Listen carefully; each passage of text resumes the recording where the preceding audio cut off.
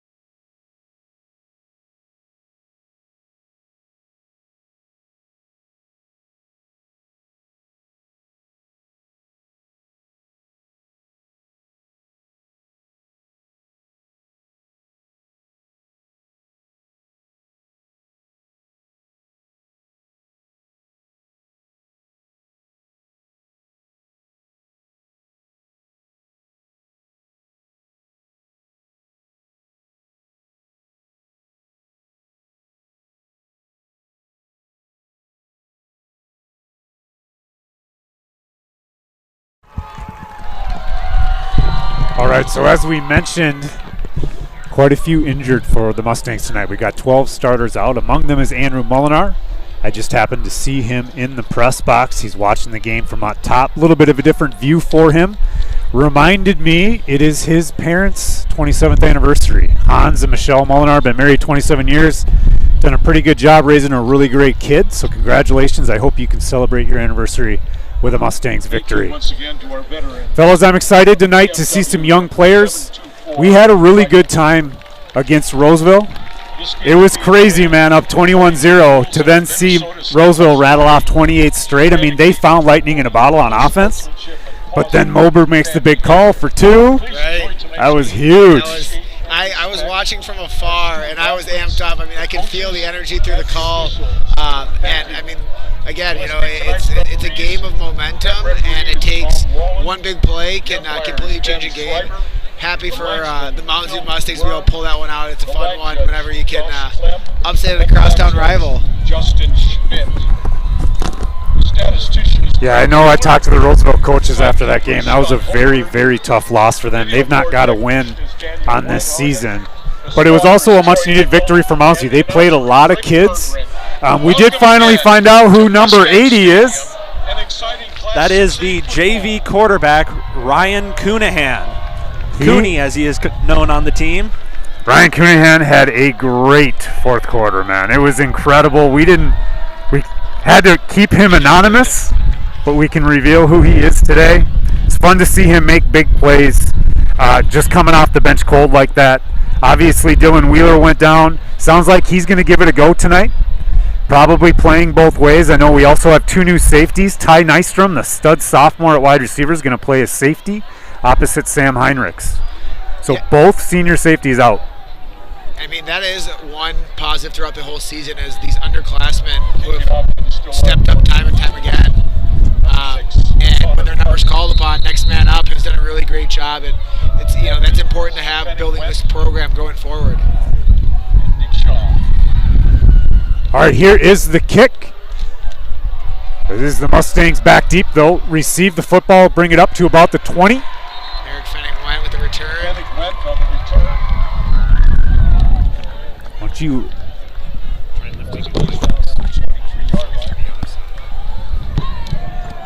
Still figuring out how to adjust our microphones and not be so subject to the wind. Sorry if you hear a little bit of squawking.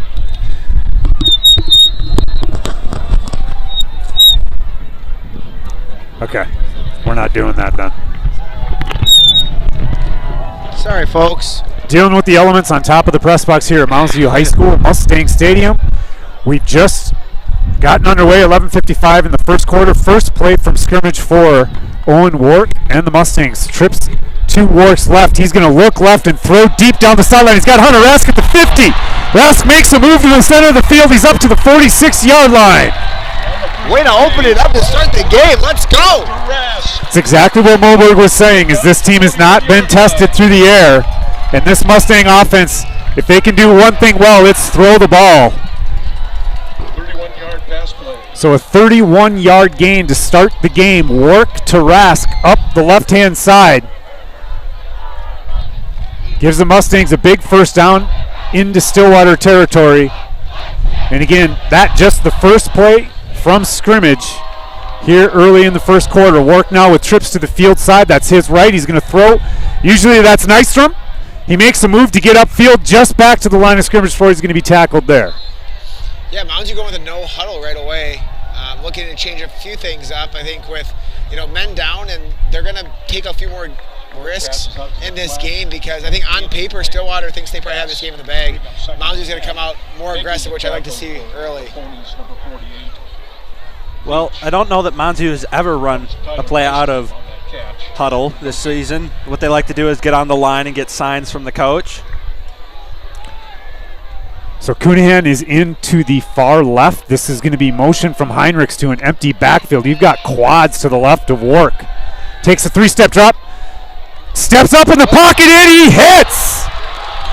Up to the 20-yard line, first down Mustangs. That is Tyler Nystrom making his another catch. Moving the Mustangs. It's a first down. We got the ball on the 22-yard line. Nystrom holding his shoulder a little bit, may have overextended on that catch or fall. I saw that. That's the last thing we need. Yeah, seriously. But you got kids gutting it out, man. I mean, I love that Wheeler's here. He's got a big basketball season coming up. He's like, let's go. I'm in. Exactly. Got a handoff here to Heinrichs on an inside zone. And he is smothered by the defensive front. Play made by number 58 for the Ponies, Jawan Cockfield, assisted by number 48, Jaden Leach Werwin, and number 9, Ryder Rogotsky. He is a really good wrestler.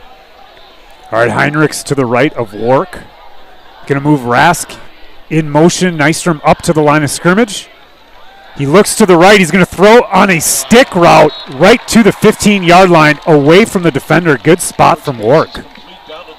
Looks like he hit Rask on that play there. I love that stick route. You stem the backer and move right to the outside of that backer's hip. There's no way on a stick he can cover it, particularly if you hit it in the spot Wark did, the outside hip. And that ball was on an absolute rope. Very tight window.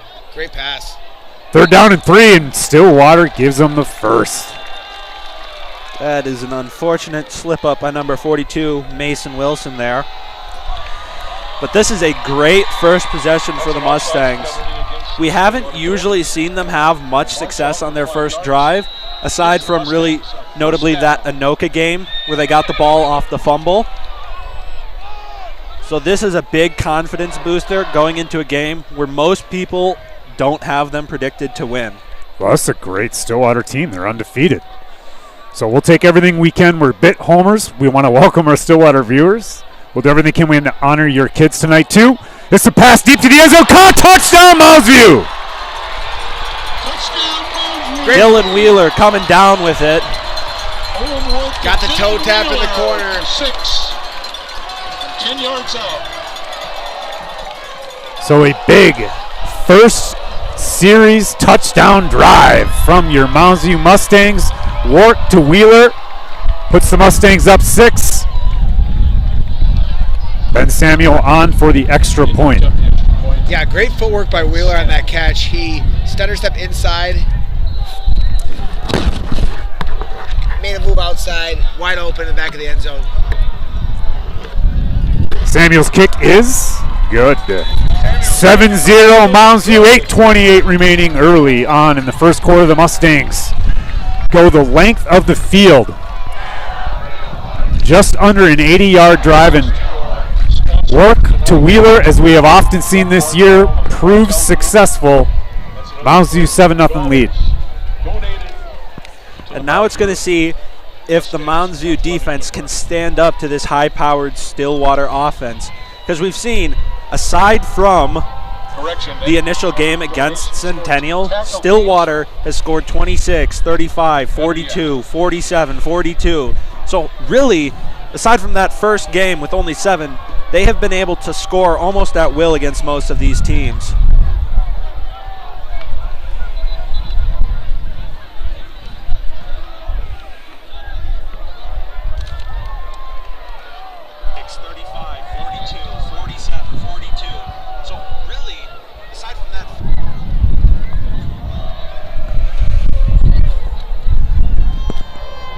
Samuel to kick off for the Mustangs. So this is the first night where weather is at all a factor. And it's not even that cold. I'm sure the players don't even realize cold is an issue. I think more that it's windy. It's blowing in the face. Well, let me put it this way. To the back of the Stillwater Ponies offense currently. So to start this first quarter, they obviously won the toss. They deferred and took the wind at their back this first quarter. So even more impressive what Mounds View is able to do through the air into this wind.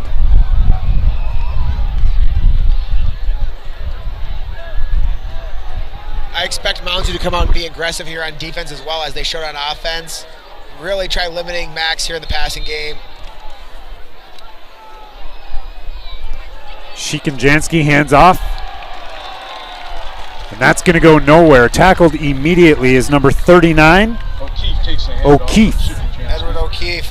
Yeah, he's a much skinnier back than he looked like on film. But obviously his stats show that he's a shifty guy, can break tackles. But he is a little underwhelming just looking at him here in the backfield up close. It's going to be O'Keefe again here.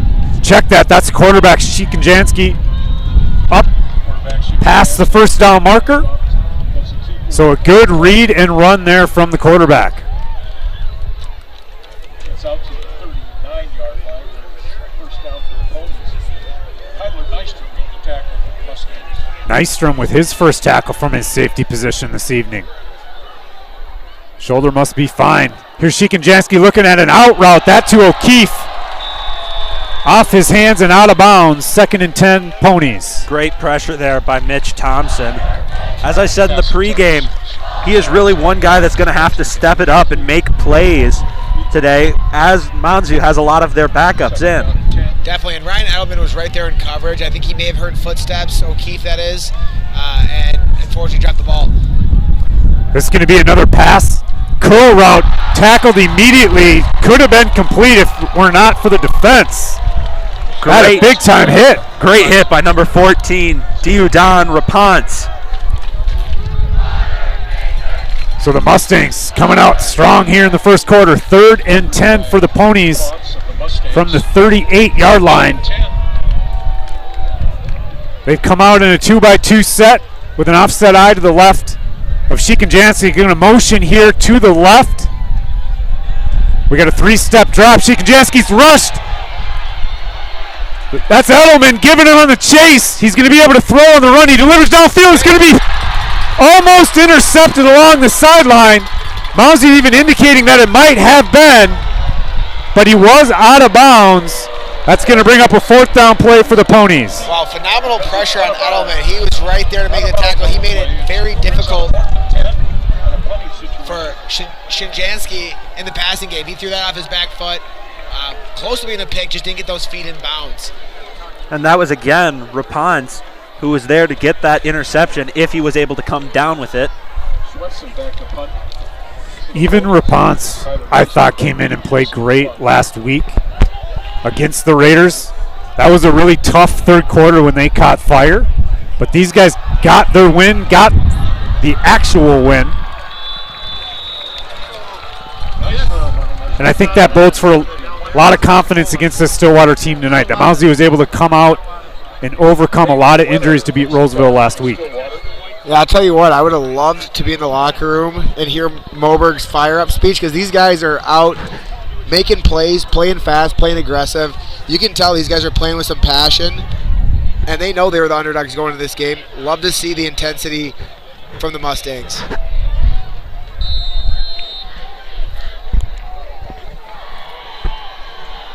And if Moberg can do anything, it's fire you up.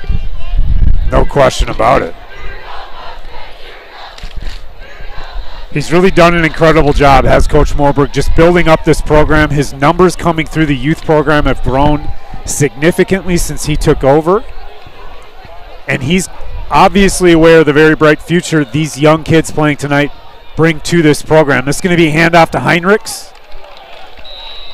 Heinrichs takes the handoff. Looks like a short gain, maybe 1 or 2 up the middle. Tackled by Wilson. And Heinrichs has really been one of those guys that has stepped up. We first saw him playing in that Forest Lake game, and he has been a hard runner since that game. Yeah, he really gets the feet driving. When he touches the ball, he does a good job lowering his head and driving those feet. Critical skill to have as a running back. Work's going to look right on the side of the trips. That's going to be intercepted. Up past the 30-yard line goes Stillwater. I believe that was number 26, Connor McCormick? I think it's 25, actually. 25, sorry. Austin Buck. Great name. Yeah, it looks like that pass was a little high, a little over Rask's head. And I want to talk about Anthony Willier. He had a great blitz pickup, even though it was intercepted. You had Ryder Rogatsky coming flying up the middle, but Willier was able to pick up that blitz and allow Work to try and make that pass. Otherwise, he would have been creamed back there. Wide receiver Thomas out to the far right. This is going to be a handoff, but a whistle pointing to Mounds View's direction. That was O'Keefe that took the handoff. This is going to be an offsides penalty.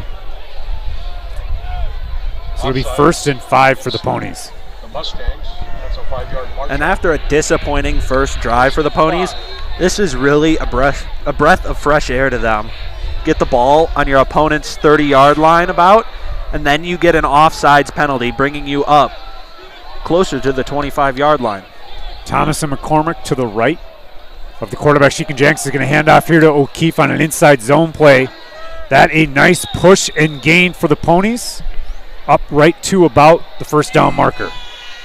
O'Keefe carries the ball. Really like what I'm seeing from Ryan Edelman on the end. He is really getting off the ball fast. He's not, excuse me, hasn't made any tackles yet quite in the backfield, but he's in on almost every play.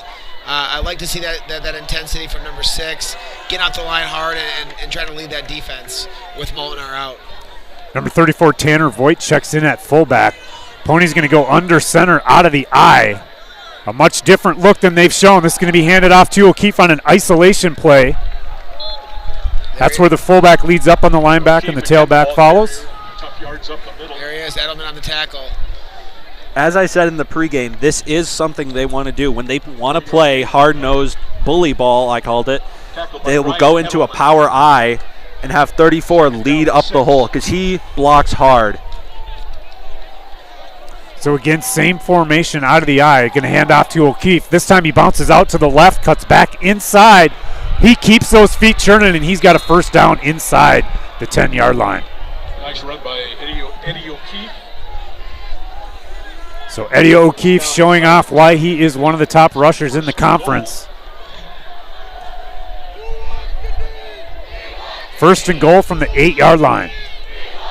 And this offensive line from Stillwater, since switching into the power I, has really gotten a great surge off the line here. Going to have a whistle here. Same play there. Voigt led up through A gap, blew it up. But we've got another offsides penalty, maybe a neutral zone infraction for this Mustang defense. Offsides called against the Mustangs. Half the distance to the goal. The ball is placed at the 4-yard line. 1st and goal. So now 1st and goal from the 4. This is going to be touchdown Stillwater. O'Keefe off left tackle. O'Keefe from 4 yards out. Yeah, there was no contact until he was in the end zone there. Mounds View usually does a pretty good job in these goal line situations. This time they had a few guys in the end zone. They seemed a little bit further back starting and didn't have that aggressive push that they're needing in this situation. Nice run by O'Keefe. It's interesting the way Stillwater can pound the ball like that, why they would ever even come out and spread. Right. I mean, they really will, these coaches, I'm sure, for Stillwater are going to see who's winning that line of scrimmage. And right, that drive for Stillwater, it was all that offensive line getting a big push, particularly when they shifted to that power I. Well, and like you mentioned, they have a common opponent in Osseo. And the one thing that Stillwater may have taken away from that film is we had a tough time against the power run, hard-nosed football team. So maybe we're going to see more of this than we've seen in the past from Stillwater. But yeah, more of like a pro-style offense where they'll go under and then spread it out too. It's definitely a tough offense to plan against. And then their kicker, number 6, Connor Parker, has advanced himself to 26 for 26 on the extra point. Just a great number to have for when you score and you can count reliably on that extra point on the board. Definitely, yeah. But one thing watching that touchdown play, number 62, Tyler Weiss, had a great block deep into the end zone, was able to get a pancake off of either just going straight to back or a pull block. And that's one thing that we saw Mounds View struggled with against Osseo, the moving of the linemen, getting lateral and vertical movement. Here's Parker's kick from the 40. Back spinning went up all the way to the end zone. That's going to be a touchback. Probably lucky bounce for Mounds View. The coverage was pretty good. They will take over 1st and 10 from the 20. Kicked into the end zone, and it's an automatic touchback.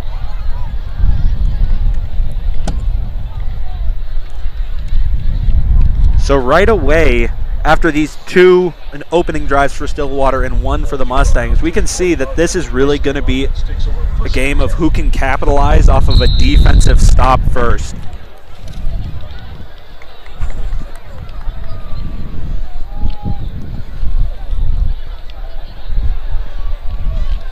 Mustangs come out in a familiar formation. They're often trips to the field side. Work takes the snap, looks toward trips. He's going to throw over the middle, incomplete. That intended for Hunter Rask. Yeah, it looks like there might have been a little bit of miscommunication there. Rask was not even looking for the ball when it was thrown. Either that or Wark really felt the pressure. I guess we can check out the replay here.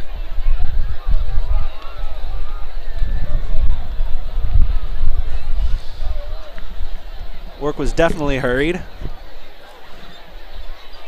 Wheeler is to Work's right. He looks left. He's going to throw an out route. Well covered by the Mustangs. Thrown high. That intended for Nystrom.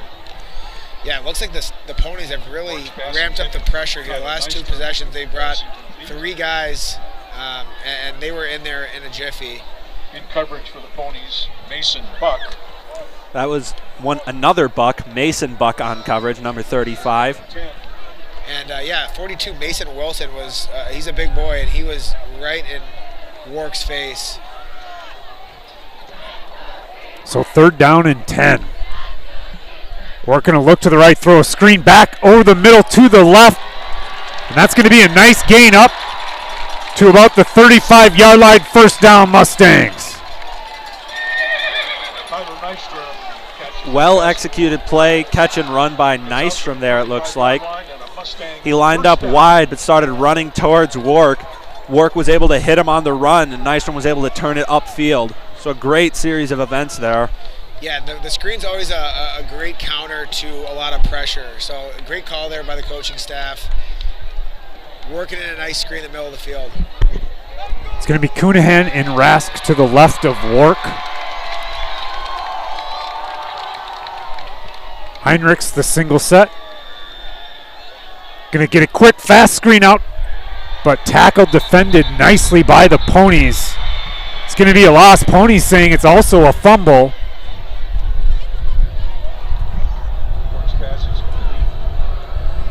But it'll be a loss of 2 for the Mustangs.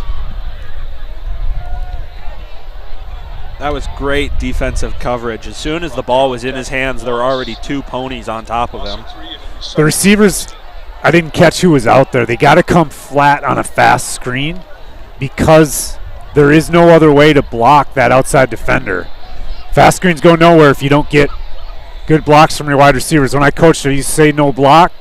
No rock. No rock, baby. All right, this is going to be caught by Nystrom. Yeah, go ahead. No, I like to see Mounds View keep attacking in the middle of the field. I mean, this whole season, the edge hasn't been as open. It seems like we have a lot of success in the middle of the field, and once again, seeing that here against Stillwater. So look to see them keep attacking in the middle of the field, short and deep. Great pop on the end of the play by the safety, number 23, Zachariah Hunter there.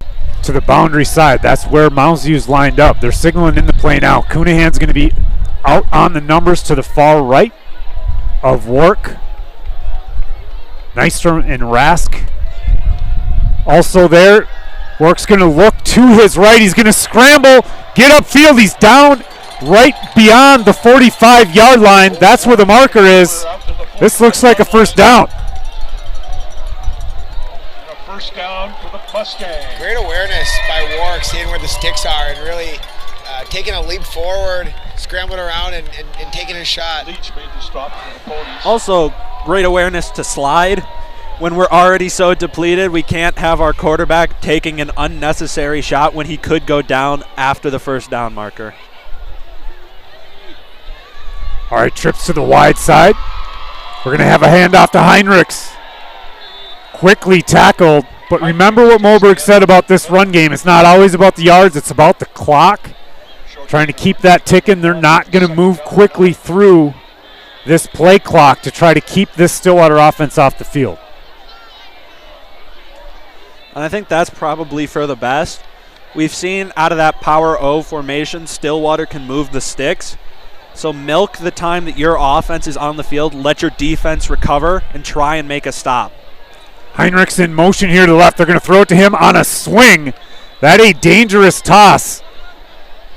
Right near a Stillwater defender. It's broken up, incomplete. Attempt for Heinrich falls incomplete. Looked like number 45, Chance Swenson, in on the coverage, blowing up the block to get to Heinrichs, the receiver.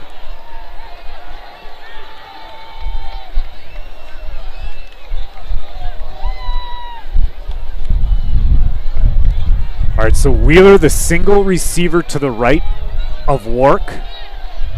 He's got one-on-one coverage. Wark's going to look the other direction and go deep. This to Nystrom. Good coverage there. Nystrom was open, but Zachariah Hunter was right there. Looks like it was just slightly overthrown there. Correction. Nystrom was the intended receiver. Overthrown by about 4 yards. Nice arm on Wark there. Really got a hold of that thing and let it fly. Really no safety help on either side of those two seams along the sideline. It looked like Wheeler was also open. You can't go wrong attempting either receiver on a throw like that. Both Nystrom and Wheeler have caught long touchdowns and made big plays all season long.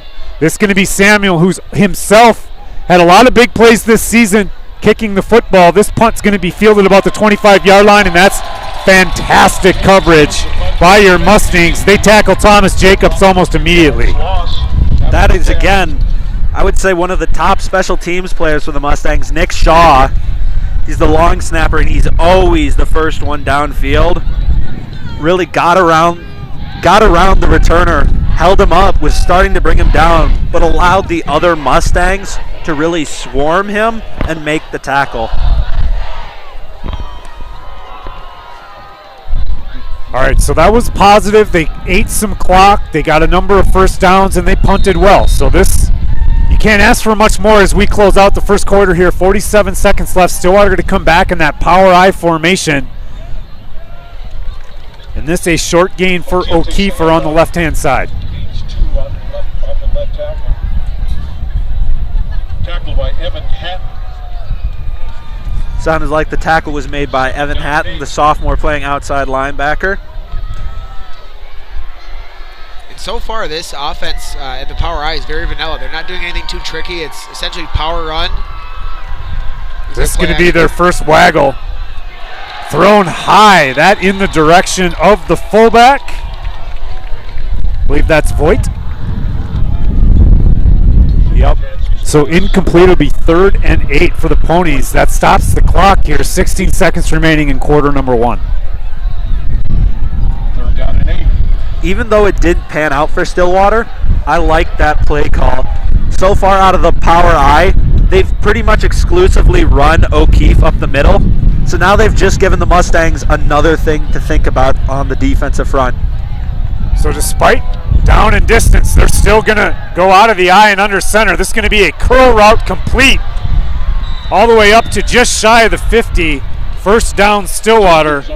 That's number 4, Thomas Jacobs. And he is not really a big guy. He's 5'8", 150, but he's obviously got some speed. Yeah, Rapons gave him a lot of room. He was about 12 yards off at the start and went into his back pedal almost immediately coming off the snap. That left Jacobs wide open for a big play and a first down. That was 3rd and 8. But the Ponies convert to start the second quarter here. It's a tie game, but the Ponies are driving, nearing Mustang territory. 1st and 10 from the 47. At this point, if I'm Mounds View, I'm still feeling good you had a great first defensive stop. The next one, they were already about the 30-yard line, and then a couple of penalties really aided Stillwater in that drive. But we have been able to stop them. They aren't making giant gains here. They're having to work for every first down. And if I'm Stillwater, I feel like I got to pick up the pace a little bit. They feel like they're supposed to win this game. They're undefeated up against the Mustangs, who are a 500 team. So if I'm them, I'm looking to make a statement in this second quarter, really put the pedal down, start moving the chains, putting points on the board. I kind of dig this traditional offense from a spread team. This is going to be Voigt. That was a trap play. And he's quickly through the line of scrimmage for about 5 or 6 yards on that first down carry. Yeah, Mike Tom mentioned earlier, this O-line for the Stillwater Ponies is massive. And so those quick hitting runs up the middle are sometimes tough to recognize right away. Biggest thing you can do is read your keys and just move forward.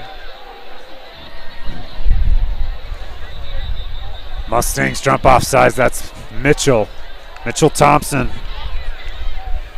And I want to talk a bit about the difference between these two backs that we're seeing from Stillwater. O'Keefe is 6 feet tall, 160, but you look at his partner, Voigt, he's 6'1", 220. So he's a big guy running a hard fullback, followed up by another guy who has unreal speed around the edge. Ponies again under center. This is going to be O'Keefe up the middle on an ISO play.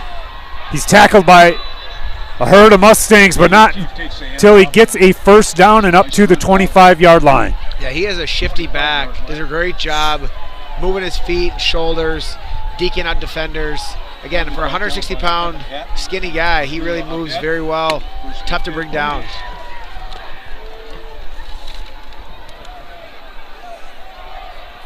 And here's O'Keefe again on the carry. Great downfield block, number 65, Cade Koenig. Took his man clean out of the play there. And part of the reason why O'Keefe has been so successful is the horses, pun intended, on that offensive line. And he's the type of guy who gives them the credit that he feels they deserve. This is going to be a fake on an ISO play, and a curl route going to be complete up to about the 2-yard line. Go the Ponies, first down. Goal to go. This really diversified power I front for the Ponies has been working. You can see they'll run it up the gut 2-3 times in a row, and then when Mounds View thinks they know what Stillwater's going to run, they run a quick pass route. They'll throw a curl. And so they're catching Mounds View off guard here, but we've seen Mounds View be able to make a couple defensive adjustments like that Roseville game. It's going to be a handoff here to O'Keefe, and he is in the end zone almost untouched. That's hard to do from 2 yards. Great line play up front for the Ponies. They take the lead with 9:53 here remaining in the second quarter, 13-7. The extra point coming for this talented and undefeated Stillwater football program. In to attempt the extra point, number 6, Parker. Parker will attempt the extra point. He's perfect, as Thomas said earlier on the season. This is a high snap, but he handles it no problem. 14-7, Ponies lead your Mustangs. The 9:53 mark. We're still early into this game. 9:53 remaining in the second quarter. Mustang football, they scored their first series out. They came out and hit Hunter Rask on a big throw to start this game. They went all the way downfield through the air. They've had good drives since, but they've not been able to find the end zone again. Stillwater with 14 unanswered points here. Mounds View will take over 1st and 10 after the kickoff. And if I'm the Mustangs right now, the biggest thing that I'm worried about is winning the line of scrimmage. We've seen that we have athletes. We have Nystrom, we have Wheeler, we have Rask. And on the defensive front, we have Edelman, and we have, I'm blanking on our other, the sophomore, but Evan Hatton. Evan Hatton, that's it. We have we have the athletes, but right now Stillwater is dictating the line of scrimmage, and that's something we need to figure out how to win. And again, that's where your young guys getting experience is great, but it's not going to be able to replace Rasmussen up front or Molinar coming in at linebacker. I do know we're fortunate Ivor Westerman's able to come in, fill in, likely on both sides of the football at different points throughout the night. But this team had some seniors that made them go. Jack Kelly, another one, made up for a lot of mistakes Kelly did with the kind of speed, tenacity that he brought to the game. This Mustangs got to dig deep because they're playing 2 or 3 deep on their roster. Right now we got the technology coordinator, Brady Hannigan, also the head football coach, working on some film back here, and I think he might be eavesdropping. North St. Paul legend, UWRF legend. Work's going to get flushed from the pocket. He throws incomplete. Looked like it was nearly picked. Yeah, there was not really a Mustang receiver in vicinity.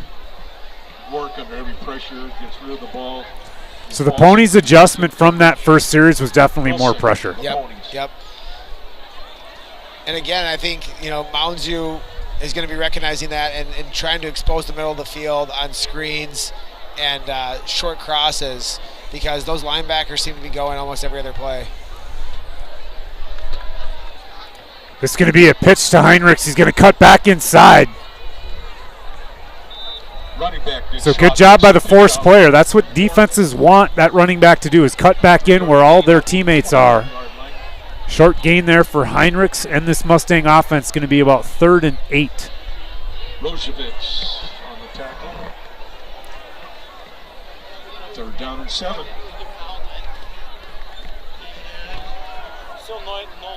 We're going to have about a 3rd and 7 here. Double twins for the Mustangs. Heinrichs to the right of Work. He's going to look left. Then he's going to be under pressure, throwing out to his right. He wanted to get Fenning Went on a deep out route. Check that. That was Cunahan on a deep out route. But he threw it short. I'm not sure if they're going to call some sort of grounding, and they are. That's the second time Work has thrown into the flat without a receiver in the vicinity. This time they call it. That's going to be a loss of down and a loss of 10 yards. It would be 4th and 17. And then that probably means that Samuel's going to be needing to punt out of our own end zone here. Yeah, he is. This is going to be backed up all the way to about the 2.5 yard line. Spot of the throw. It'll be 4th down. That's unfortunate, because even though Samuel is a really good kicker, you always feel a type of pressure when you're kicking out of your own end zone. So he's going to have to be careful not to put his heels out the back of the end zone here. This likely going to be great field position. The Ponies are on about the 35 yard line waiting to receive this kick. It is going to be a good one. It's trailing over their head. They're going to let it go, and that's going to take a big Mustang bounce from the 3 yard line all the way to the 41. That a great punt for Samuel and this Mustangs special team unit. 57-yard punt by Ben Samuel. Yeah, that's a great punt in a tough situation. Really good job by that offensive line as well, holding their ground and not letting up any Ponies to get in there and get their hands on the ball. 57-yard punt from Samuel. That kid does an incredible job kicking the football, both from kickoff to field goals to punting. He's all over the field. He often drops punts inside the 10-yard line or booms those to flip the field for this Mustangs defense. Unsurprisingly, Stillwater's coming back in their power I. Yeah, they can keep it simple until we can stop it. That didn't look like O'Keefe that time. Yeah, it's 28. Yeah, that's Landon Wire.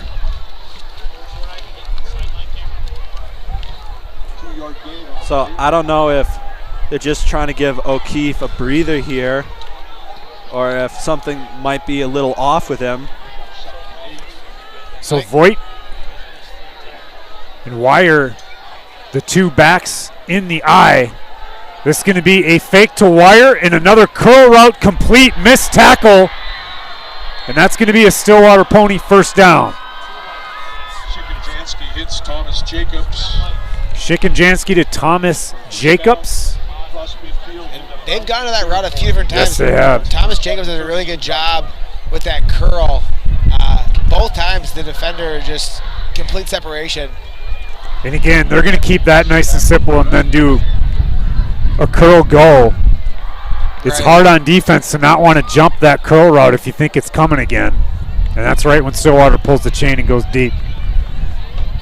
This is going to be another fake. They're going to go deep down the left-hand side. This covered by Fenning went very well and incomplete. Yeah, great coverage by Fenning. Way to stay connected to the ball. Number 7 on the Ponies, Joseph Hoheisel, excuse me, was the intended target, and Fenning went did a great job with his right arm staying connected to him. It looks like Hoheisel did try to do a slight push off, and Fenning did a really good job staying engaged and breaking that pass up. There's not much Hoheisel can do. That ball's got to get outside the numbers and high over the left shoulder. He threw it inside, allowing Fenning to have position and great coverage. If that ball goes over the outside shoulder on a fade, that's a touchdown.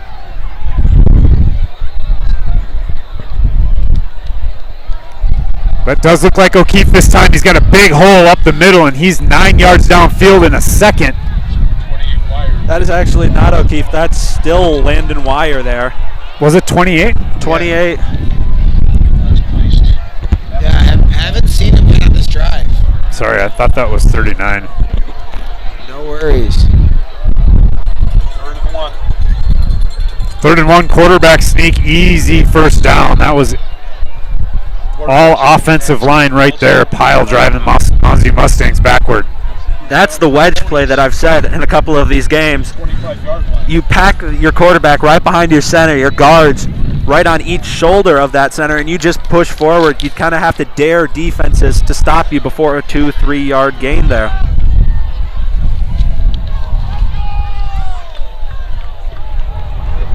So some movement up front, but no flag fell. Ponies back under center. Shikanjansky going to hand off here. That's Wire on the right-hand side. He's got a big hole. He's up beyond the 15-yard line. What looks to be another first down for this Pony offense. After a bit of a dismal first series out of the spread, Stillwater has had nothing but success in this power I formation here.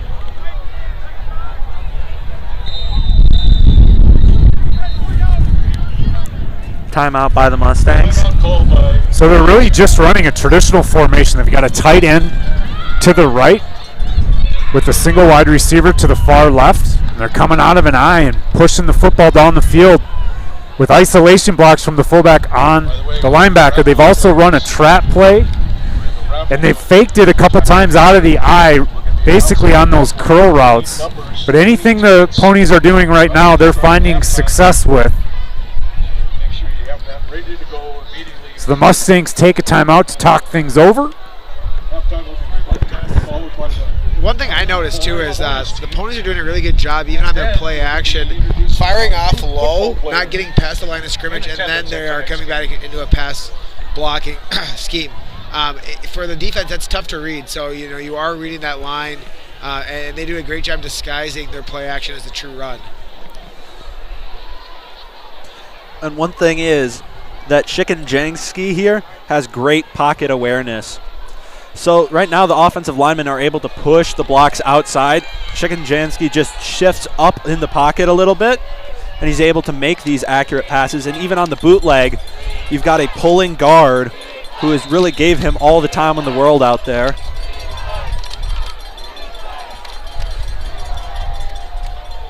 This is going to be Wire again, up the middle, short gain. So good defense there by the Mustangs. Looked like Ivor Westerman was in on the tackle. Wire takes a handoff.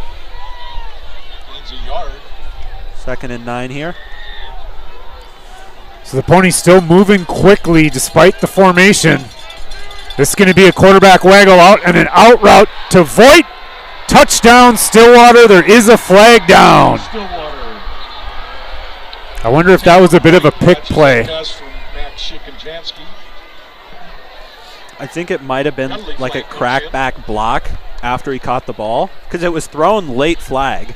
Yeah, and I just watched the replay. I don't think that actually was a great call. I think it may have been a reactive call by the referee, saw a guy kind of go flying, but it looks like their tight end got in position and just kind of stood there and lowered his shoulder. We'll take the penalty, of course, but it didn't necessarily look like a cheap play or a real crackback block. Mustang really just didn't see him standing there, ran into the basically. solid object. Pretty much. What happens when a very stoppable force meets an immovable object? It bounces right off.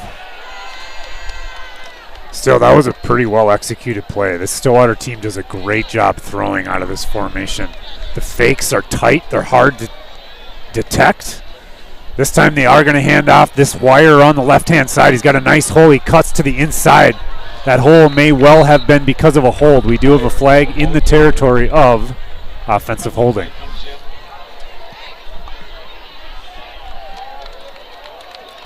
So back-to-back penalties push this Pony team outside the red zone.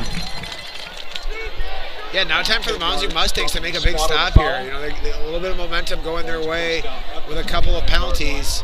It is a one-possession game. It does seem like it's been all Ponies the last quarter and a half, but I think the Mustangs can make a statement here with a stop.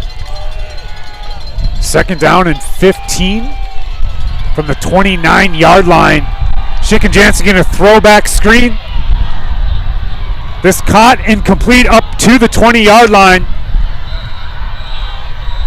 And still going is O'Keefe. Back in the game. Yeah, some shifty running by number 39. Does a couple of stutter steps, juke outside, and change of speed. And I think they might have actually called him out of bounds prematurely. Yeah. That kid, from my position up here, it looked like his foot was still in bounds, but so that might have been a key call for the Mustangs there because he got down to about the 5-yard line, which would have been a Stillwater first down. Instead, they're on a 3rd and 8 right now.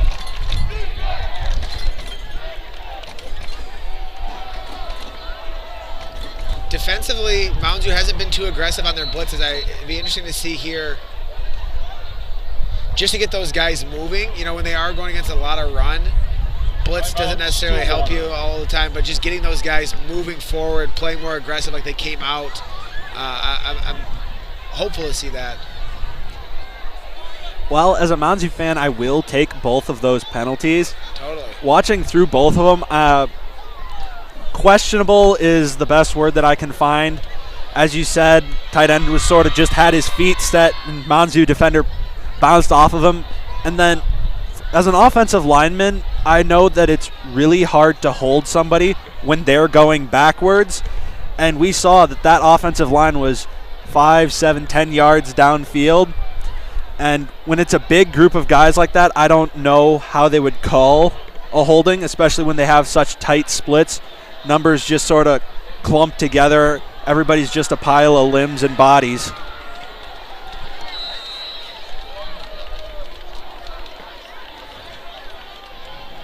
So McCormick and Jacobs, the two wide receivers for the Ponies. 3rd down and 8 from the 13-yard line. Chicken Jansen going to throw a perfect ball. A dime to Jacobs on the slant route. Touchdown, Stillwater. And he is a tough cover. 14 yards Number 4, Jacobs. He just did a really good job getting off the ball, getting separation. I mean, every route that he has caught, he has 3 to 4 yards between him and the defender. I like the play call. There was a ton of grass there. When we used to play calls, that's all we looked for. Where's their grass? Where's their open territory to fit in a pass like that? Simple slant route, wide open, touchdown Ponies. And again, they get the extra point. 21-7, Ponies score 3 unanswered touchdowns after the Mounds View Mustangs start this game with a touchdown through the air. Work to Wheeler, the only score for the Mustangs. 5:12 remaining here in the first half.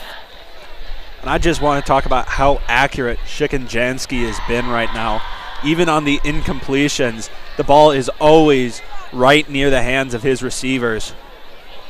Yeah, it's impressive. You can see why this team has not lost.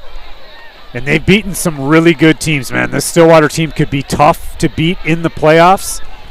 Centennial's considered, tonight they play Minnetonka, but they are considered one of the top teams after beating Maple Grove and Wayzata. And Stillwater shut them out 7-0 week 1.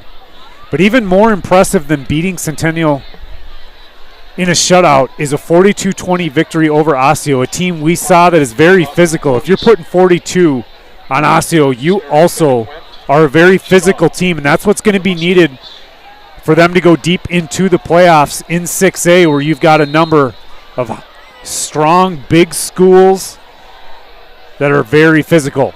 Parker here going to kick off to the Mustangs from the 40. It's going to be fielded at the 10-yard line. Middle return for the Mustangs up to the 25. Takes the kickoff. Out to about the 26. Did you guys see any of the scores last night? I did not. So Prior Lake won on a last-second hook and ladder to beat Rosemont. And then Farmington did the exact same thing to Lakeville North. Both teams walk off with a hook and ladder. Hook and ladder is just alive and well right now in Minnesota football. Dude, well, that's how White Bear beat us. Exactly, that's what I mean. It's just been that something that it's always an exciting play, and it's definitely a tough play to defend because you don't know where it's coming, and it makes for an exciting game, exciting play for sure. Trips again to the field side for the Mustangs. They're going to draw this Stillwater Pony defense off sides. That indeed is the call. It's going to be 1st and 5 for the Mustangs. Offsides against Yeah, Stillwater. I talked to some Lakers coaches. Prior Lake had repped that play 8 times in practice this week, but they've repped it every week since camp, not ever having to run it. They actually got a face mask penalty to get the ball to the 45, and with 7 seconds left, they threw a 55-yard hook and ladder touchdown to beat their rival, Rosemont. That would be like us beating Stillwater tonight.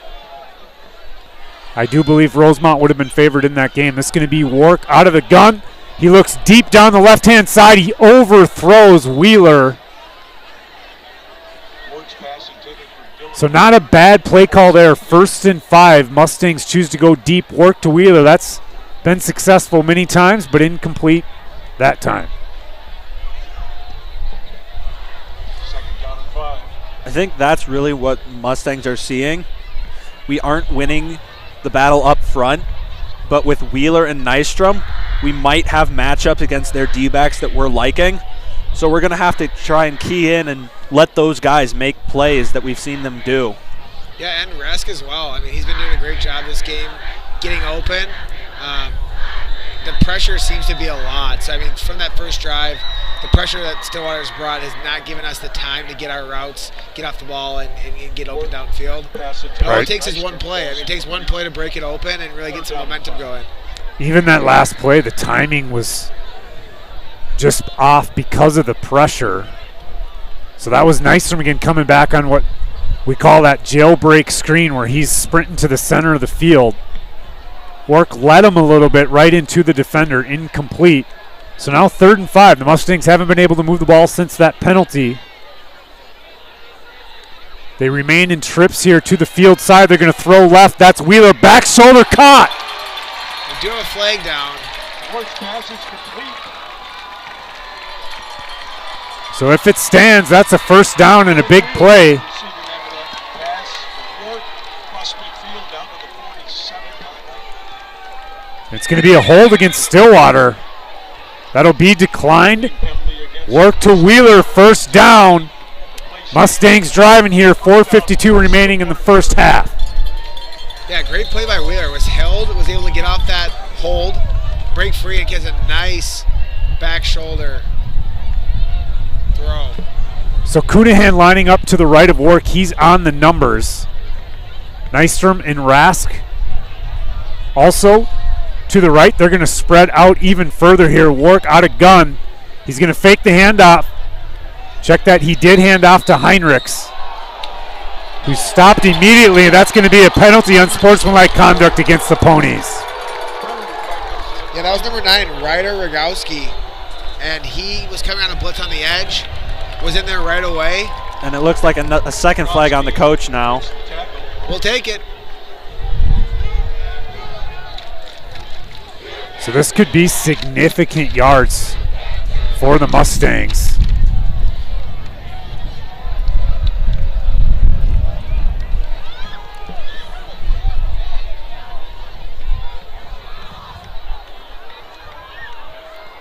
So it looks like a roughing penalty and an unsportsmanlike penalty, both against Stillwater.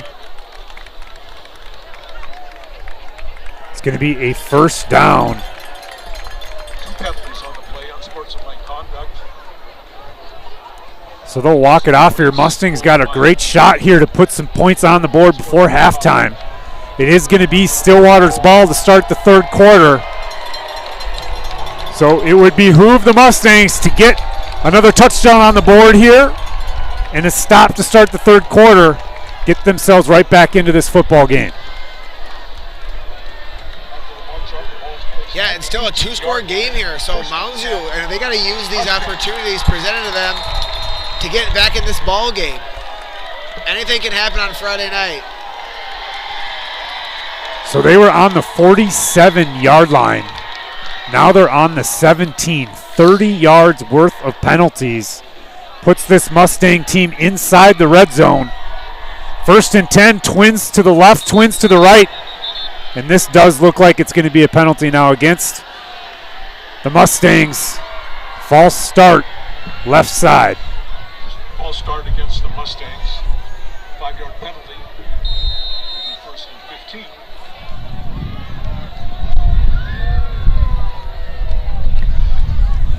If I'm Stillwater right now, after those penalties, me personally, I had to have a bit of a chip on my shoulder. So right now for the Mustangs, ball security. They are going to try and put hats on the ball, make things pop loose, make a statement. Rask and Cunahan to the right. That's the direction. Work's going to throw. It's complete. I believe that's Cunahan up to about the 10-yard line. Work's pass is complete. Down to the 11-yard line. Yeah, I believe that is Cunahan. Ryan Cunahan makes a great catch and a great pass.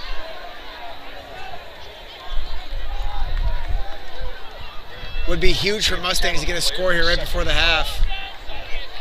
3:13 remaining. 2nd and 5 with the ball on the 12-yard line now for the Mustangs. They're going to come out in trips to the left to Work. He's going to hand off on that draw play, and that's scouted well by the Ponies. They were right there. Number 42, Mason Wilson. A really big guy there, 6'3", 245. Just immediately there and smothered Heinrichs. Yeah, absolute beast. The whole game, he's really been flying off the ball. Has really pressured the quarterback, War, quite a few times, and there we saw him smother the run right away. 5-yard loss, that big when you're this close to the goal line. To be 3rd and 10. The ball now on the 17-yard line.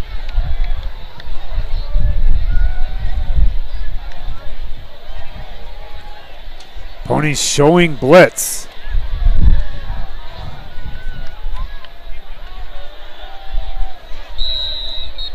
This is going to be a timeout, Mustangs. Ponies were showing blitz in a cover 3.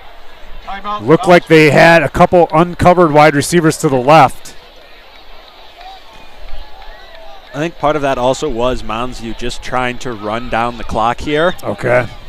Because we've seen that right now we don't really have an answer to Stillwater's offense. And so if we're running down the clock, we had about 5 minutes left on the clock at the beginning of this drive. We're just about approaching the 2-minute warning of the half here. So I think that is probably a strategic move by the Mustangs to burn as much clock and sort of game plan what you're going to do if this play doesn't work out. Because you don't really want to punt from inside your opponent's 20. It's not even really practical, but it's still a 2-possession game if you have Samuel make a field goal here. You'd think Stillwater this close to the goal line would shift to man coverage. If they stay in the cover 3, and they brought the outside backer out over Rask, so they're not going to show the same blitz they initially looked to do prior to the timeout.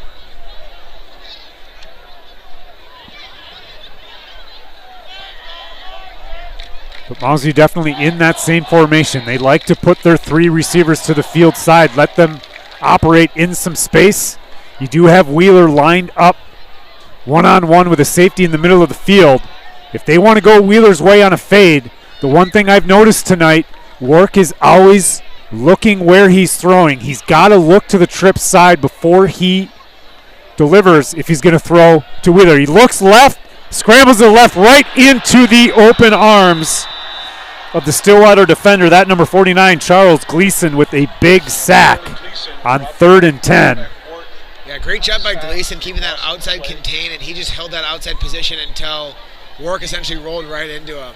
He's a big kid as well. Timeout, Stillwater. And the Gleasons, another wrestling family there. They're one of the stereotypical Stillwater kids that we have in wrestling, where they're not as tall, but they are incredibly muscular from about the time they're in the 4th grade. We always wonder what's in the water down in Stillwater. Yeah, there's some big boys there, and yeah, they have a strong tradition as putting out some good wrestling teams, and football as well. I mean, just big kids. It's a huge school, man. Yeah, it is. I mean, Stillwater area. I grew up in Marine on St. Croix. I was friends with a lot of kids that went to Stillwater. They had quite the drive. I mean, so did I, getting from there to Forest Lake. But that area now has grown significantly. Oak Park Heights, Lakeland, Stillwater. It feeds quite a few, yeah. Yeah. 4th and 20, Ben Samuel in to attempt 43-yard field goal. So Samuel in for a 43-yard field goal. Wow. Now Moberg mentioned he may have a trick play or 2 up his sleeve tonight. Not sure they will execute it from this position. Snap is not good. This is going to be Nick Shaw throwing deep. He throws it up. It's intended for Edelman, but it's going to fall incomplete. And the Mustangs are going to come away with no points despite a major threat inside the red zone. 1:46 remaining here in the first half. Ponies have a 2-touchdown lead. It looks like that may have been a design fake. I'm not 100% sure because it was a low snap, but it did look like it was a delay throw to throw off the defense a little bit with that slight delay. And I think that was actually Wark who was... Oh, was it? Holding it? Yeah, because I think Nick Shaw is the long snapper. My bad, I knew that. Shikanjansky going to throw over the middle. This caught. That's McCormick up to the 40-yard line. First down, Ponies. The clock's going to stop. Looks like he's brought down by Nystrom there. First outing as safety. Heinrichs made that last tackle. That might have also been Heinrichs. It's one of the two. That's Hoheisel out to the left of Shikanjansky. He's going to take a 3-step drop, look left, scramble left. He's under pressure. That a bad, flushing him to the right. He's going to throw on the run across the field. That's McCormick caught at the 30-yard line. And that is not good for the Mustangs. We thought with 1:46 starting the drive that maybe we could take enough time off the clock where they wouldn't be able to get downfield. But this drive has taken 30 seconds, and they've gone basically from 30 to 30 here. This Hoheisel's way, he's going to be defended well. Incomplete. Defending wet on the coverage. 2nd and 10, 1:01 remaining here. Ball on the 30-yard line for this Pony offense.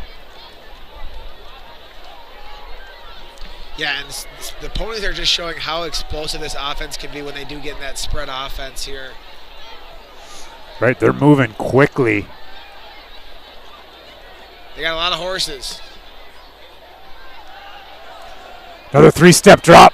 Schickenjanski's going to scramble and be tackled just beyond the line of scrimmage. Ivor Westerman wrapped him up. Quarterback Schickenjanski, keeper up the middle. I'd say that's more than just past the line of scrimmage. That looks like it's going to be about a 5-yard gain there. Westerman leading the charge of Gang Green. I wouldn't be surprised to see Stillwater use their last timeout here. Yep, they did. Stillwater calls their final timeout. And this is a good position where you're going to see them throw the ball quite a bit, be able to preserve that clock. And they hit you in faceted ways where they can hit you up the middle, side, but their passing attack in the second quarter has really been impressive. And I think they might be bringing O'Keefe back in for this drive. We saw him out a little earlier in the game.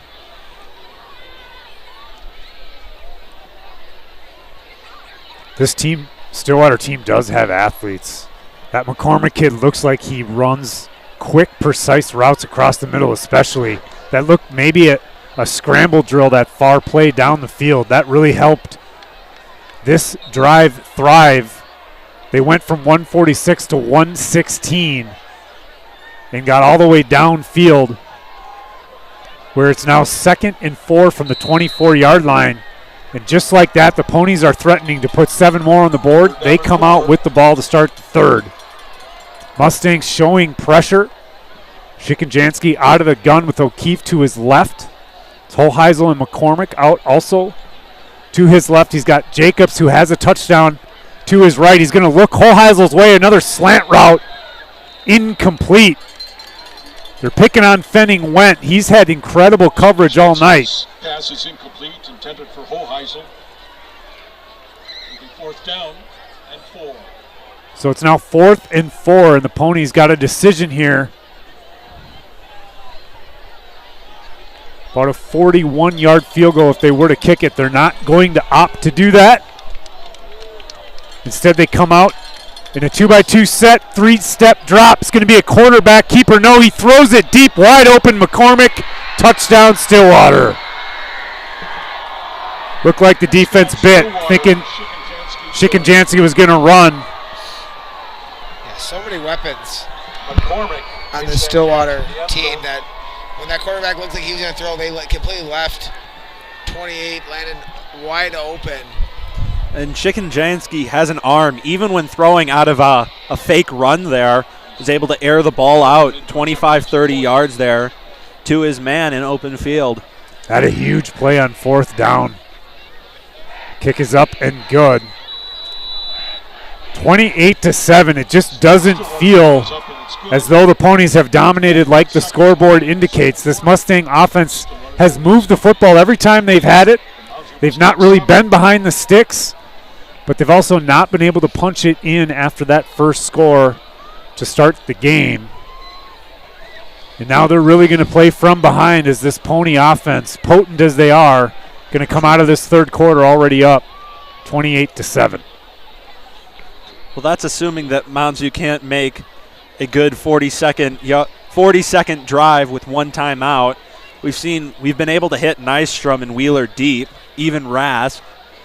And with Mounds View liking to throw it deep, it's very possible that one of those guys can make a move after catching the ball downfield and run it in for some late points before the half. I'll channel your optimism. Yeah, totally. I think body language from the Mustangs is not as fired up as it was coming out of the locker room to start the game, as to be expected when you get scored four touchdowns in a row on you. But a score here would be huge. Hopefully the Mustangs can respond. Big kick return here. Yeah, absolutely. All the way up the left-hand side to the 35-yard line. So 37 seconds for the Mustangs. I believe that might be Nick Shaw again. Yep. That's Shaw.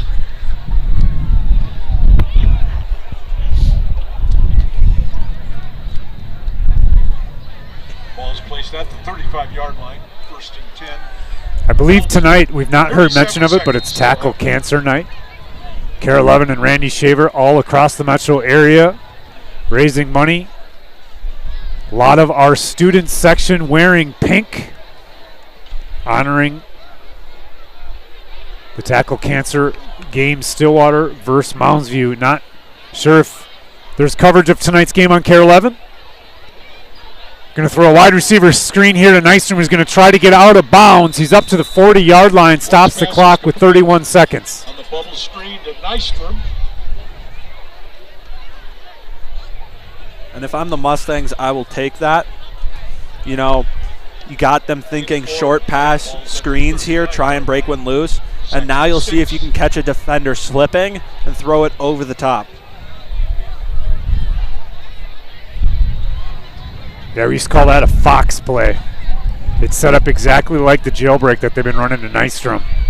But instead of blocking the defensive player, they slide off and go deep. Tricky, tricky. Trips to the left. Work looks left, throws right. It's going to be a jump ball just out of reach of Dylan Wheeler. So it'll be 3rd down and 6, 26 seconds here remaining in the first half. 3rd down and 6. Yeah, and good job by Wheeler using his body to get into that defender, making it tougher for him to make a play on the ball. Savvy move for the first time receiver.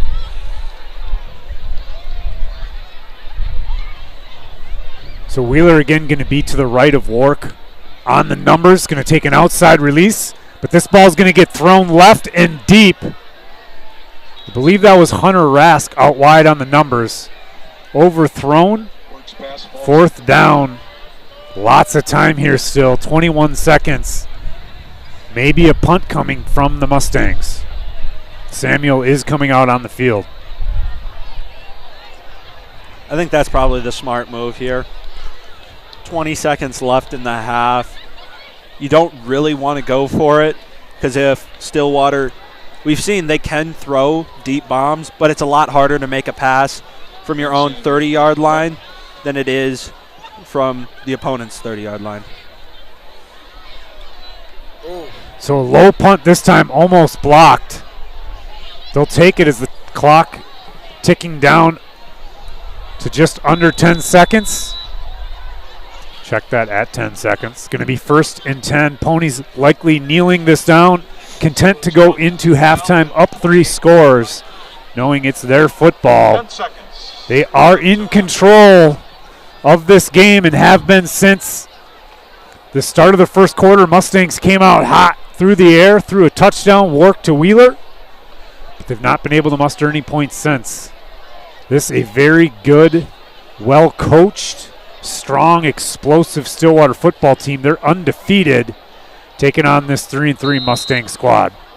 They are in victory formation. They'll kneel it down. We will take a break. It's halftime at Mounds View High School. The Ponies lead the Mustangs 28-7. It's halftime here at Mustang Stadium with the score of the Stillwater Ponies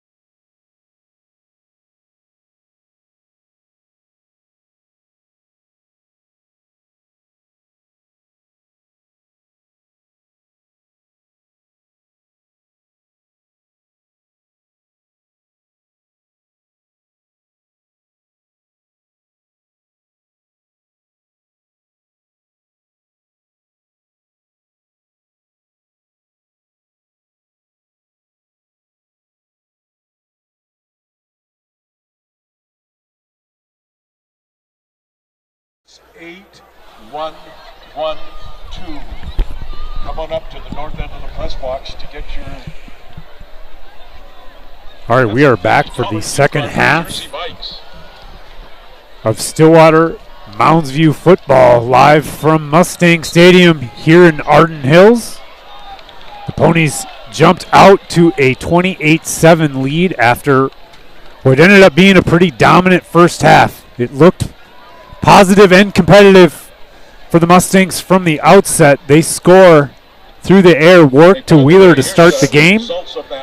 But ever since, it's been all Ponies running out of a power I. This team undefeated, chasing an undefeated season, their best in a long time, certainly under the direction of Coach Labor.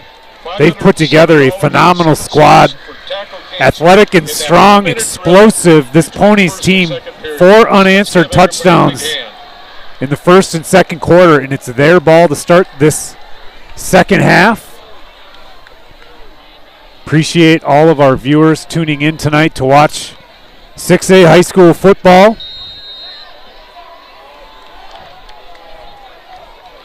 Ben Samuels, the kicker for the Mustangs, number 33. He's going to kick off from the 40-yard line. This is a short kick, squibber up the middle. But a good return here for Stillwater in great field position to start this third quarter. 1st and 10 from the 40-yard line. And I'd say this is a very big defensive drive for the Mustangs right now. Going down 3 scores is bad, but it's not impossible to come back from. 4 touchdowns in 2 quarters is a lot of points. Against a very well-coached team as well. Stillwater's been able to do it all season, so this is nothing new for the Ponies. Not sure if that's O'Keefe, but a short handoff out of the I formation. Be 2nd and 10. Yep, that was O'Keefe. O'Keefe got some speed and some shiftiness. Voigt's done a nice job opening up holes from that fullback position.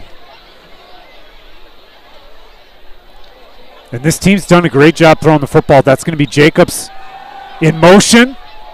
Quarterback's going to roll out and complete to Voigt up beyond the 50. He's still going up the sideline. Voigt all the way up to the 20-yard line. Tackled there by Ty Nystrom. 1st and 10 Ponies. But there is a flag back around midfield. There was a strong block along the sidelines, which I don't doubt they flagged. I don't see why. He wasn't coming back at the Mustang defender. He basically ran straight down midfield and met him along the sideline.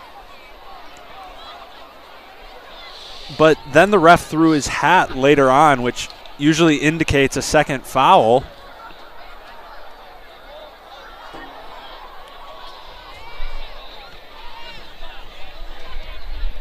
Looks like a personal foul. I think that's what they're going to call it, like a crackback block. Yeah, I mean, that's a tough call. Again, we'll take the penalty, but it is a tough call when you're asking these guys to make a play, bang, bang play. It was definitely not a malicious play or block, but again, it's what the referee's seeing in that situation. Could be just the guy's head flying back and a big hit, and they're looking to protect the player, so you can't fault the referee. But again, looking at the replay, yeah, Labor was not happy in the first half either, so that's probably not thrilling for him, but it's going to be 1st and 10 nonetheless from the 50-yard line. This O'Keefe, quick hitter for about 4 yards. That's going to bring him out about to the 48. Oh, that's an interesting spot. I thought he was closer to the 45 there. So 2nd and 7. In tight end to the left, out of the eye. They're going to hand off to O'Keefe. Voigt gets a nice lead block, but Mitchell Thompson going to tackle O'Keefe just shy of the first down marker. It'll be 3rd and short. I think there could have been a flag there. Voigt put a defender on his back, and I think the defender's hands got caught in his face mask because his head jerked straight down after the block was made. McCormick out to the far right. Shikanjansky under center. Looks like he did draw off the Mustang defender offsides. Offsides against the Mustangs. So a free 5 yards for this Pony team First down and 5. and a free first down. Correction, that's a first down. It was 3rd and 2 originally.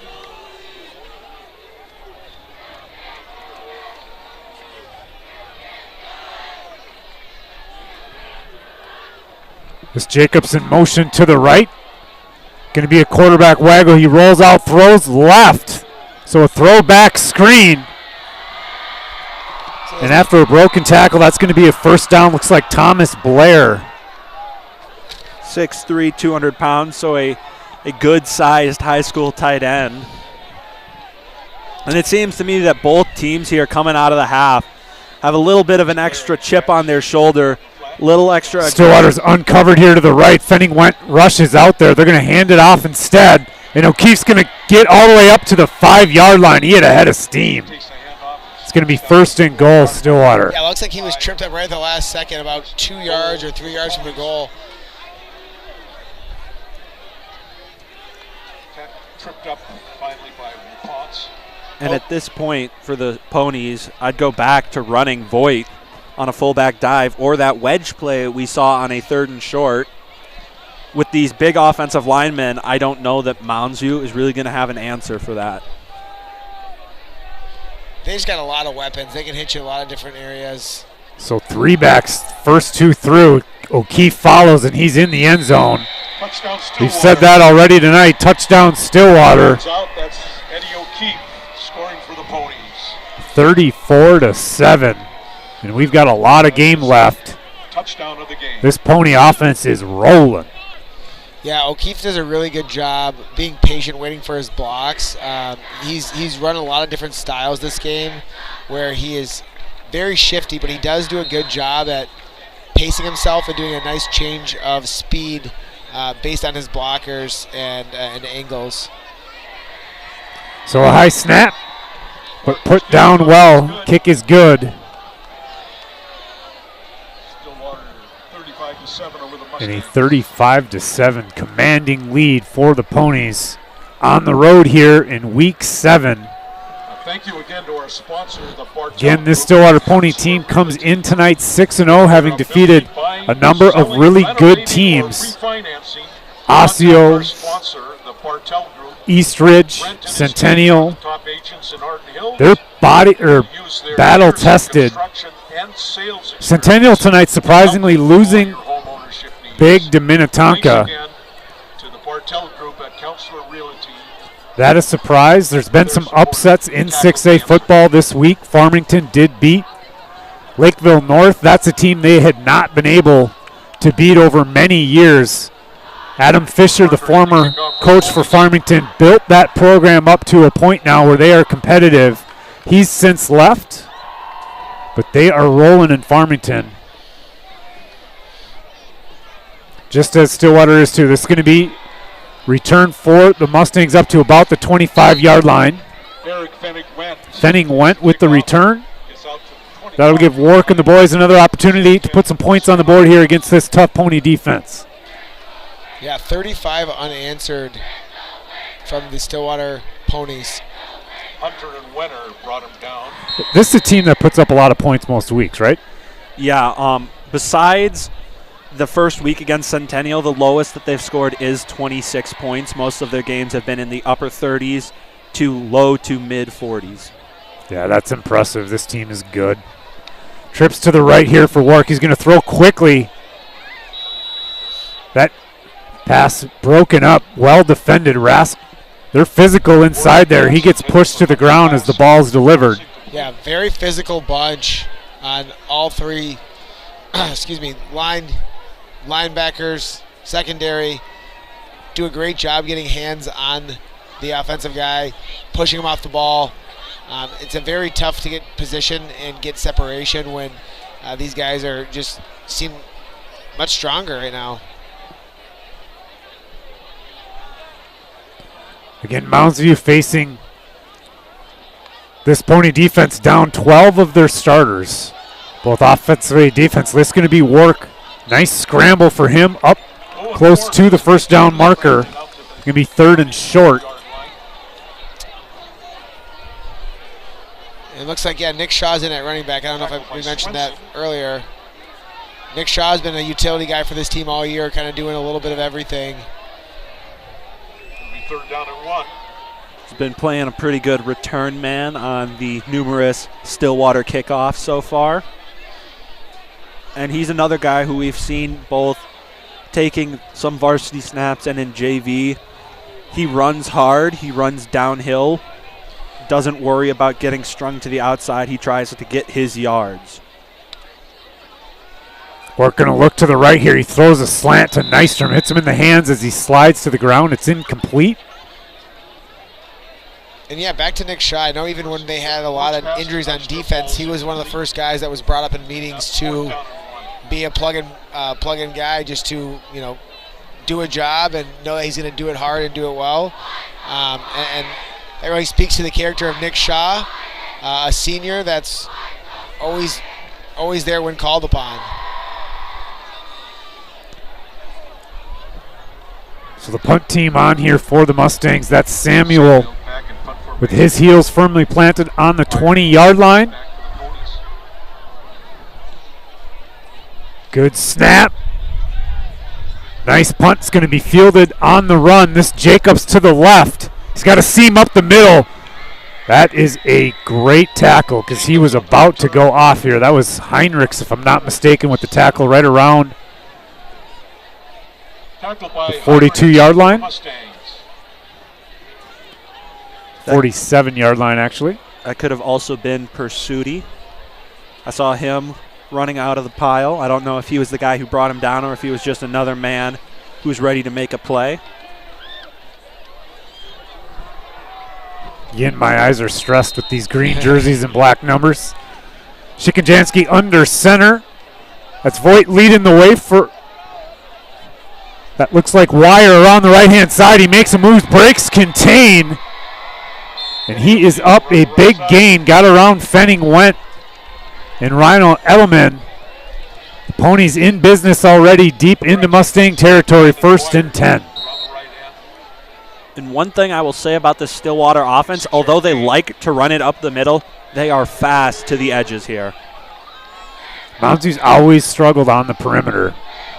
Tonight, they've been outmanned up front. This time, Wire's going to be tackled behind the line of scrimmage, so great defense there. That Abed in on the tackle.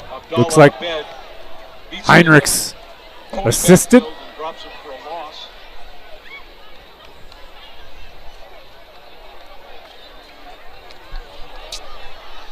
Abed has done a great job all game, really getting forward momentum, reading his keys well. He's really played consistently well this whole game. Good to see that from number 34.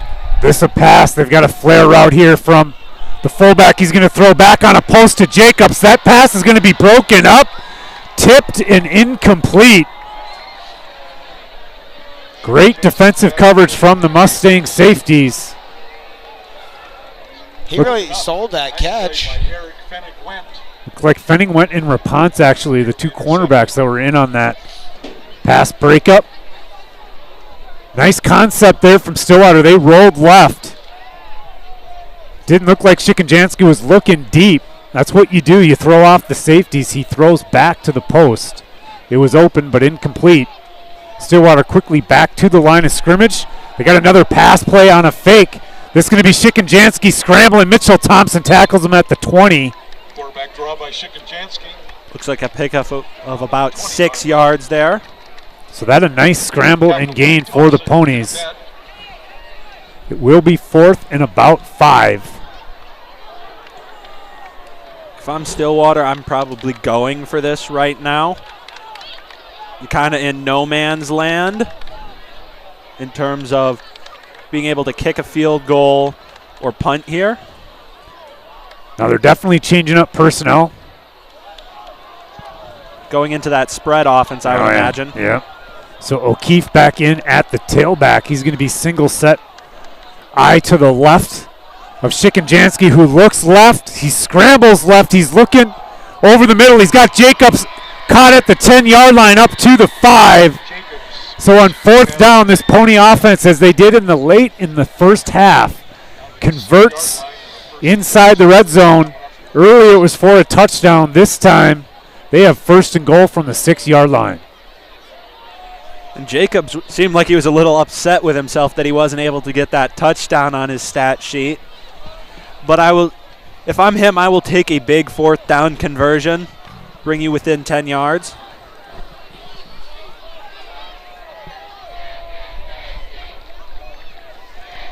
Right back to a power formation, 3 backs this time. And they got an easy touchdown. Ponies, that number 42, Mason Wilson. Looks like they brought the tight end to be an extra fullback there. Just some good power running up the middle. And he really wasn't touched until the end zone there. It's a great job by that Ponies offensive line to create holes that fast.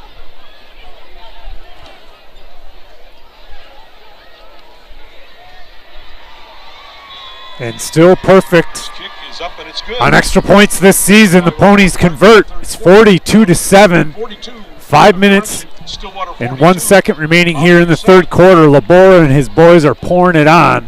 42 unanswered points here at Mustang Stadium. Mounds View looking for some answers here as they huddle up. Their kick return team, they've been a busy unit tonight. This Pony offense has run a lot of plays and been on the field most of the night. But they are making good on every opportunity they have. I can't remember the last time we saw them punt. Yeah. I mean, it's been nonstop. And the diversity of their offense, too. I mean, they've had so many different guys touch the ball, so many different formations. It is a tough team to scheme against, and they're showing a lot of looks, and so scouting for every team going forward is going to be a tough matchup for the Ponies. They can just play so many types of ways. Kickoff is received at about the 10-yard line, quickly up to the 25, tackled there. Fenning went with the return for the Mustangs. In a normal game, up 42-7 with about just a little under a half of the third quarter left, I would say to put in your backups, but this is Stillwater versus Mounds View. I'm not sure that Stillwater is going to put in their backups or if they're just going to try and run up the points.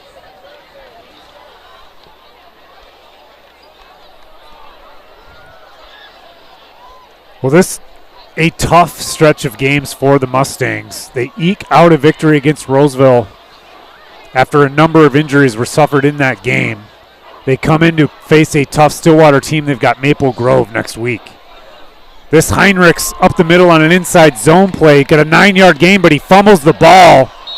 Stillwater recovers, and they're going to have a face mask to tack on. Coonahan with the tackle, but not before he wraps up the Stillwater defender by his face mask. Be 1st and 10 Pony football. Yeah, that looks like that was Nick Shaw in the carry. Oh, was it? Yeah, it was Nick Shaw, and it looks like the ball may have been poked out from behind as he's being brought down. And it looks like number 45 for the Ponies, Chance Swenson, was a little roughed up. He's a sophomore playing for him, but a little slow to get up. Got some assistance from his brothers on the team, though, so I hope he's okay.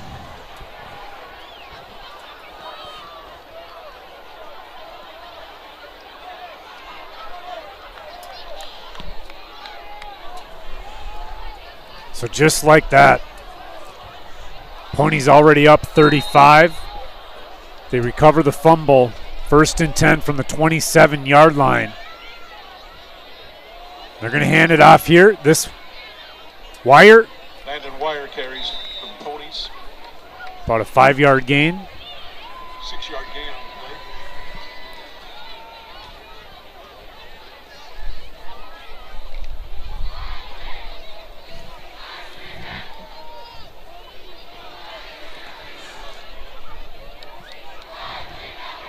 And this is discouraging for the Mounds View defense. You've just had points put on you. You see your guys start to get a drive and then you lose the ball. You don't really get the time to catch your breath. Now you're back on the field. Well, this is one of the problems against Anoka, too. The offense for your opposing team can't run as many plays as they're running before our defense starts getting tired out. You can see here physically they're getting pushed around. Be first and goal for the Ponies. Looks like we've got an injured player. He's going to get up under his own strength, but he's going to come off the field. Hunter Rask checking in on defense. Looks like Rapont's coming out, so Rascals check in at that cornerback spot.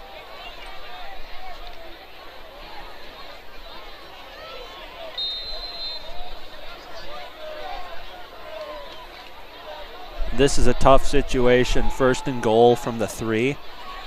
Got a man wide out for Stillwater there. First back through, touchdown Ponies. Stillwater, that's Voigt from 2 yards out. Fullback Voigt with the touchdown. Very quickly, this game getting out of hand. If it weren't already, it's 48-7, extra point pending, on which this team is perfect. This is going to be very quickly a 42-point lead for the Stillwater Ponies on the road.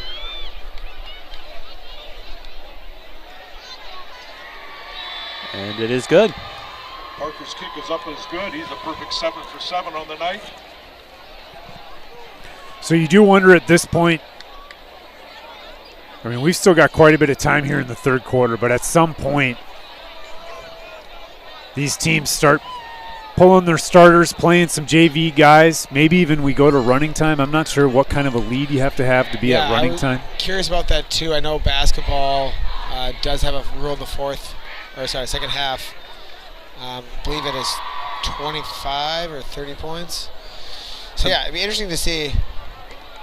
I believe the running time at one point was at least 28 points. So we are well past that margin.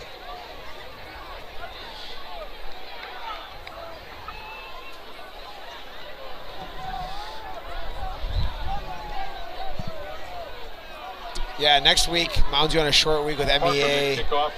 Facing off against Maple Grove, going to have their work cut out for them. Going to have to save some of these guys for that as well. I mean, you got a short week to recover. Yeah, you do. That's true. It's 35 points you're up when they go to running time in the fourth quarter, which we are at. So here's going to be the return for the Mustangs. Nice cut upfield. He's got a seam all the way up to the 38-yard line. RP. That's number 84, Parker Nelson. Parker Nelson with the return.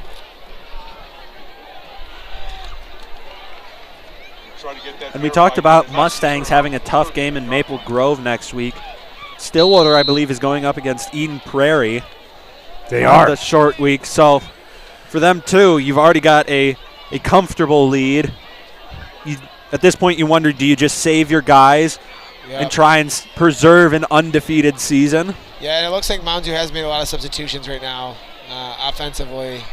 And it's going to be good to see these guys get some reps and, you know, maybe step up, and these guys could be players we call upon later in the season that make some big plays. So making the most of their opportunities. Out to the 41-yard line. Looks like Warwick's still in a quarterback. They don't really have a backup.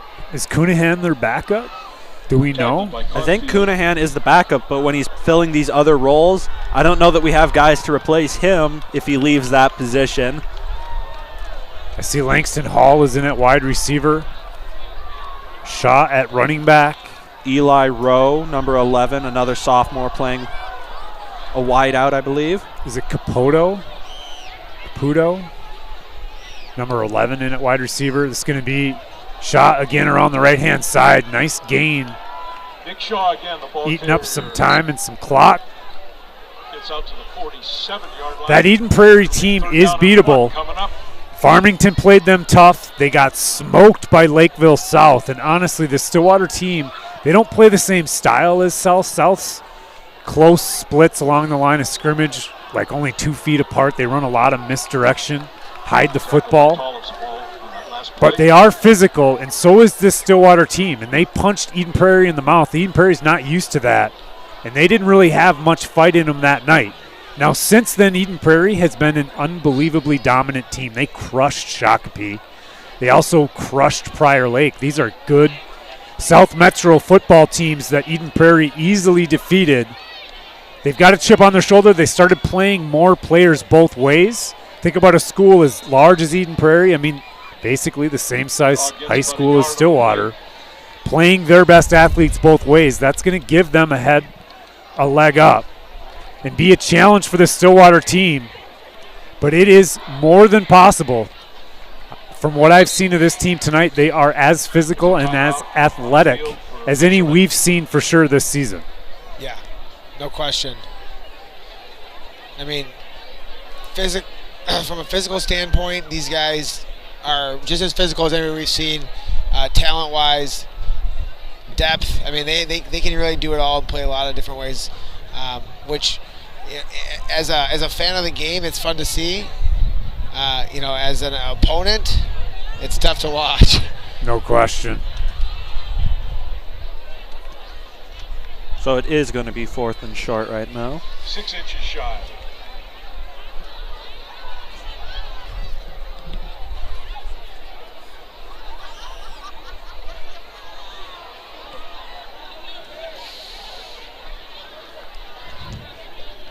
Looks like the Mustangs will go for it here. It's 1:33 remaining here in the third quarter.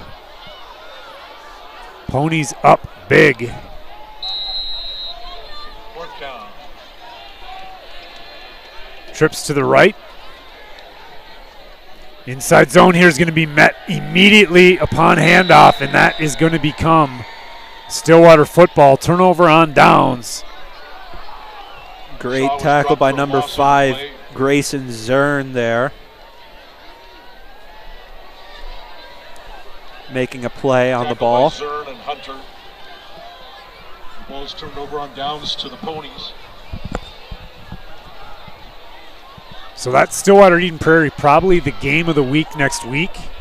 Going to be very interesting, this Mustang offense, well, this Mustang program, I should say, hosting Maple Grove, another really good team. I believe with only a single loss on the season. There's some very good 6A football being played. That was a big hit. Number 22 for us.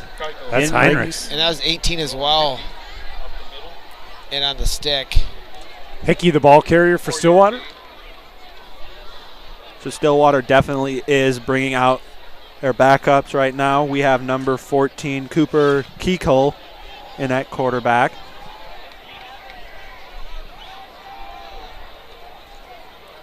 They stay out of the eye.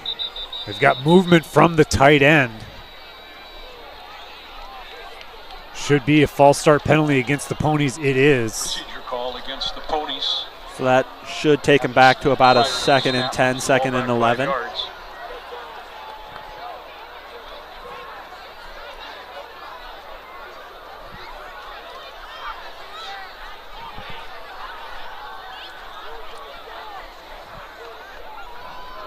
We're under a minute here in the third quarter. The fourth quarter will be all running time with this 42-point lead for the Ponies. It's odd to me that all the Mounds View starters are still in for defense.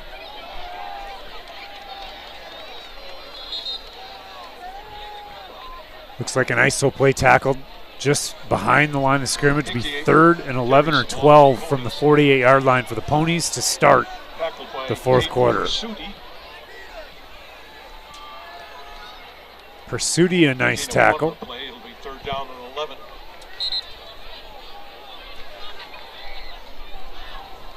And the Ponies really controlled this third quarter in every way you could possibly imagine right now. Their offense moving the ball without really any difficulty. Their defense has been able to stop the Mustang offense.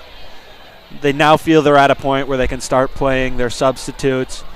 giving their guys who are going to be featuring heavily in that game against Eden Prairie a chance to sort of recuperate on this short week for MEA.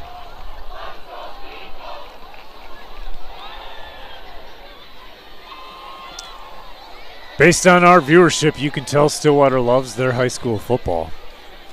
This is the most live viewers we've had at one point throughout our season. Appreciate you guys hanging in there with us. It's been a pretty impressive evening if you are a Stillwater Pony football fan. They're going to roll out and get sacked immediately here. A great defensive play there from the Mustangs. Evan Hatton Hatton, flying around the edge, and he definitely took advantage, saw the quarterback rolling, didn't bite on all the fakes, really stuck his shoulder into his man there. And definitely it's a change of speed from this new group of the Ponies that plays a little bit slower developing, and Hatton's had the chance of playing on both start with the starters and later in the game, and so he's seen the different speed and size, and so he made the most of that opportunity there. That punt fielded and stopped almost immediately. Little to no gain on the return for the Mustangs. 1st and 10 from about the 30-yard line. Just a horde of ponies overwhelming the lone Mustang.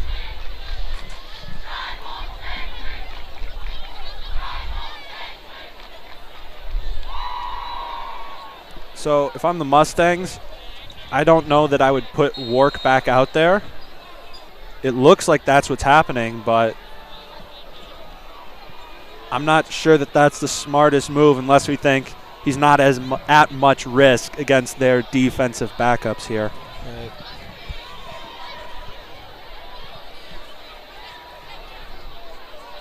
Trips to Wark's right. Going to be handoff here. Up the left side. 1st down, Mustangs. Is that the freshman, Olson? I think that is, it might be, but I think it also could be number 88, Peter Nguyen. Looks like 48. 48. Wark hands off to number 48. Has a nice gain around the left side. I will check 48. 43-yard line. Yeah, we don't have that on our roster. 48 is Amir Safi, another sophomore. Really fast kid.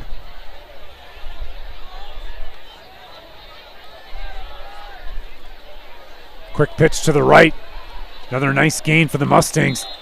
2 consecutive run plays go for more than 10 yards each. And it does look like the clock is running now in the 4th quarter with the large Pony lead.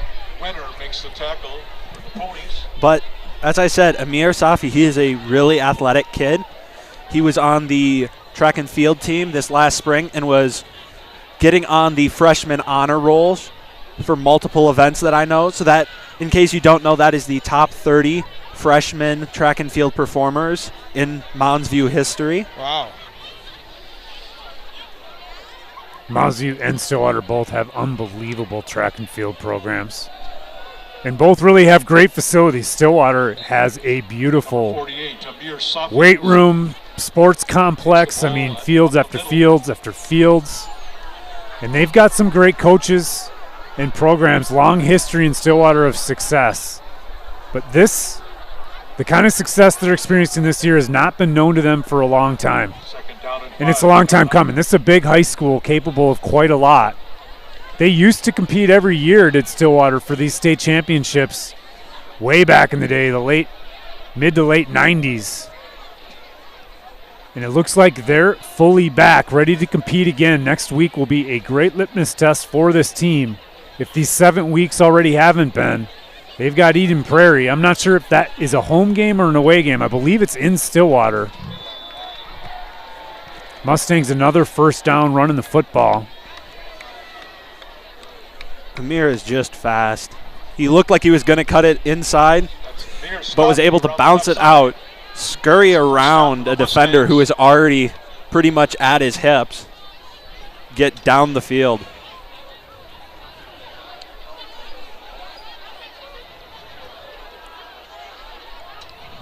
This So that's kind of what Moberg talked about, getting his eyes on some of these young players, getting them time under the lights on a Friday, and how much that's going to benefit this program. You saw the numbers at halftime. They honored all of the youth players and teams, and this center of the field was filled with kids in elementary school doing the gritty, clearly enjoying themselves, and that's something I think that bodes well for Coach Moberg and his program. He's created a lot of excitement. The numbers have not been this big in a long time. And we're a small high school. I mean, Stillwater's much, much bigger than this 1900 kid high school here in Mounds View. We're a 2 high school district. We split our athletes up. It makes a big difference, but I tell you, most years you don't know it. This Mustang offense is young, but they are talented, and their future is very bright. That is Eric Jurek, defensive play there, who's able to get his way through the offensive line. Didn't really get faked out by any attempted movements there in the backfield. Played really good fundamental football right there. Good wrap, brought him straight to the ground.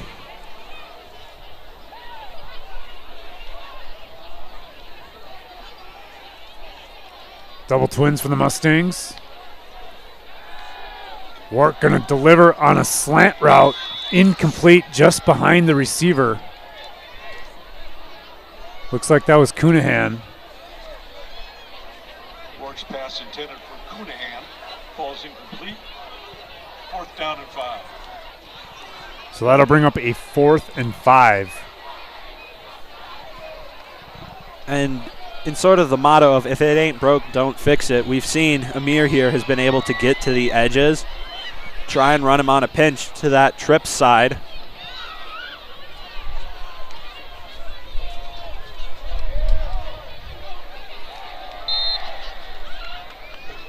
This time Amir's caught from behind trying to stretch and get around the corner. By Jack McGlynn. So that's going to turn the ball over on downs. To the Ponies.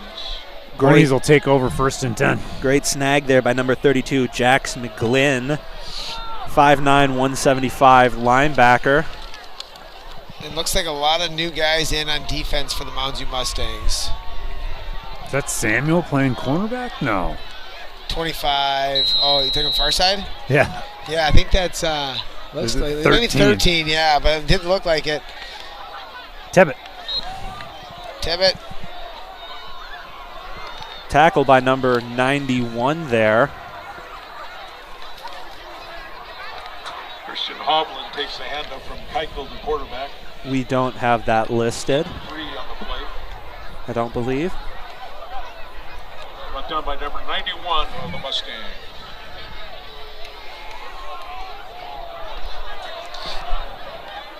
Stillwater keeping it tight.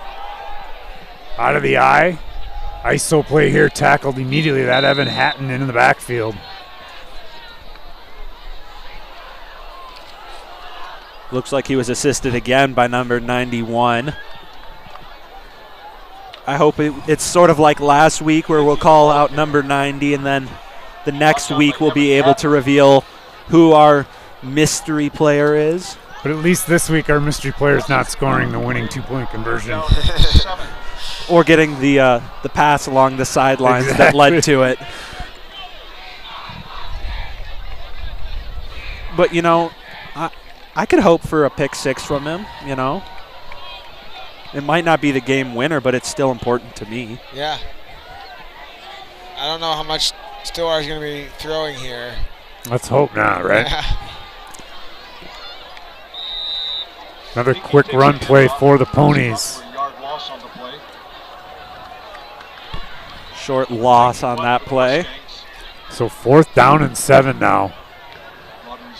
These teams trading punts, clock still running. Goes quickly when it doesn't stop. Yeah. We're under 4 minutes here to go in the game.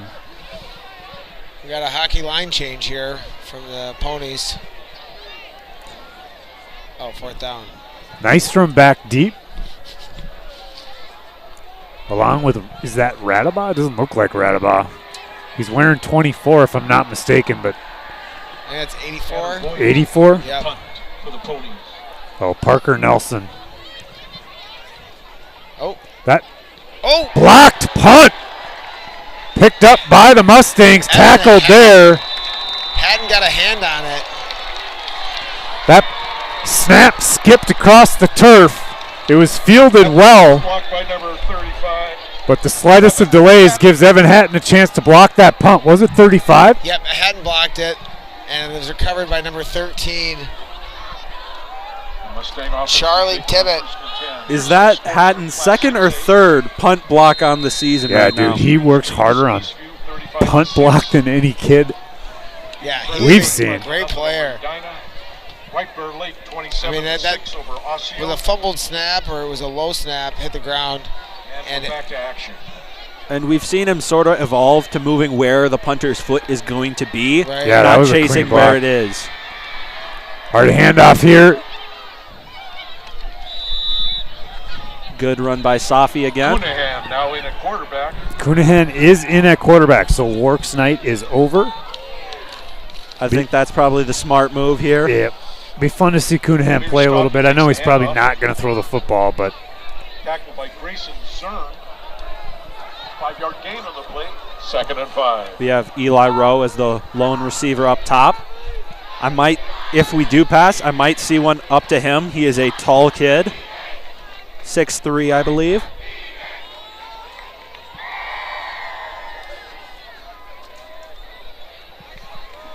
short gain for the Mustangs. Down the ball carrier this time. Then immediately. Gain 2 yards on the play. We are now under 2 minutes remaining. Mustangs looking at a 3rd and 3 inside the red zone. Good time to convert for what is the JV offense for the Mustangs. Getting an opportunity to play tonight under the lights. Cunningham out of gun. Looks like most of the offense moved and the center didn't snap it. It is going to be a motion penalty against the Mustangs. That'll knock them back to a 3rd and 8 That's a 5-yard penalty. from the 23.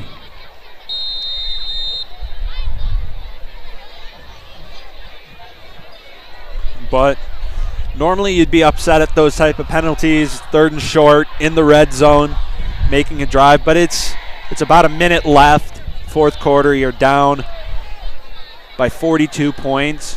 So maybe they do throw it here. Oh, that was another false start by the receiver. This is a nice run up the middle.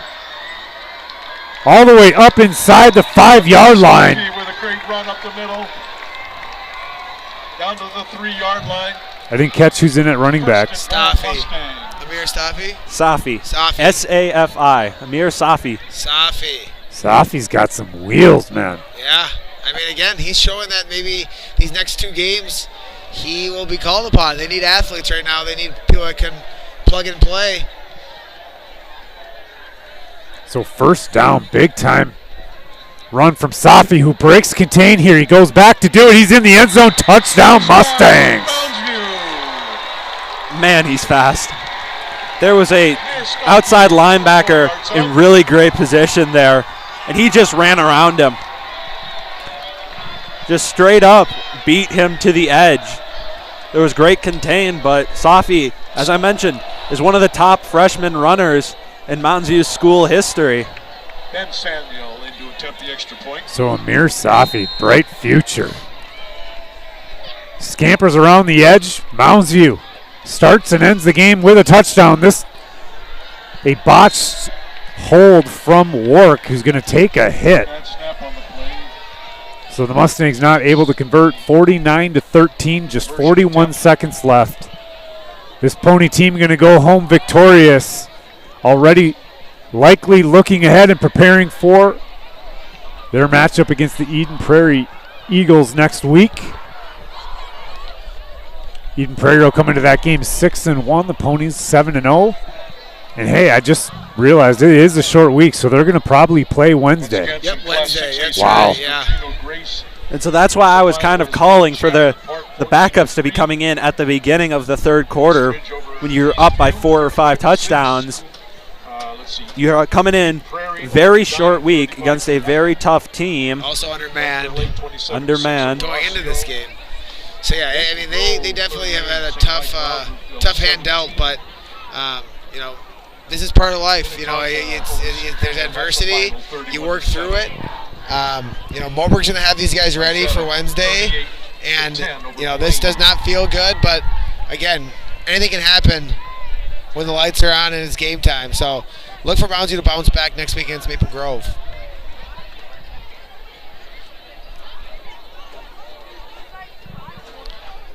And yeah, I can't say enough good things about this Stillwater team. Samuel's kick. High but short. It's going to be fielded about the 17. Middle return for the Ponies up to about the 38-yard line. McCormick on the return for the Ponies. This might about do it here. Tackle by Nick Shaw. I wouldn't object if they just wanted to take a knee here. Yeah. 36 seconds. I think that's probably what's going to happen. Yeah, victory formation.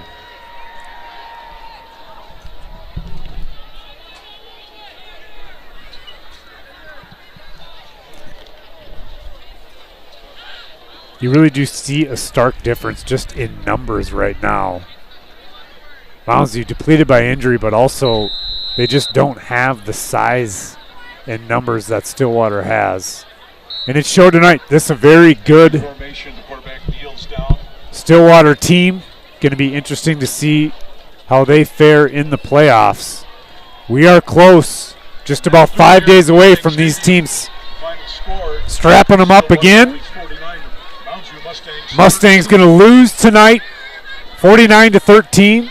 Their record falls to 3-4. They take on Maple Grove next week here at Mustang Stadium. The Ponies improve their record to 7-0 on the season. They are undefeated. Next week we'll take on Eden Prairie in Stillwater. We'll keep our eyes on that, update our viewers as to how that game is going. For Thomas Van Ort and Anthony Callister, I'm Rob Reitz. Thanks for watching Mustang football. We'll catch you next Wednesday live from Mounds View High School. Thanks, everybody.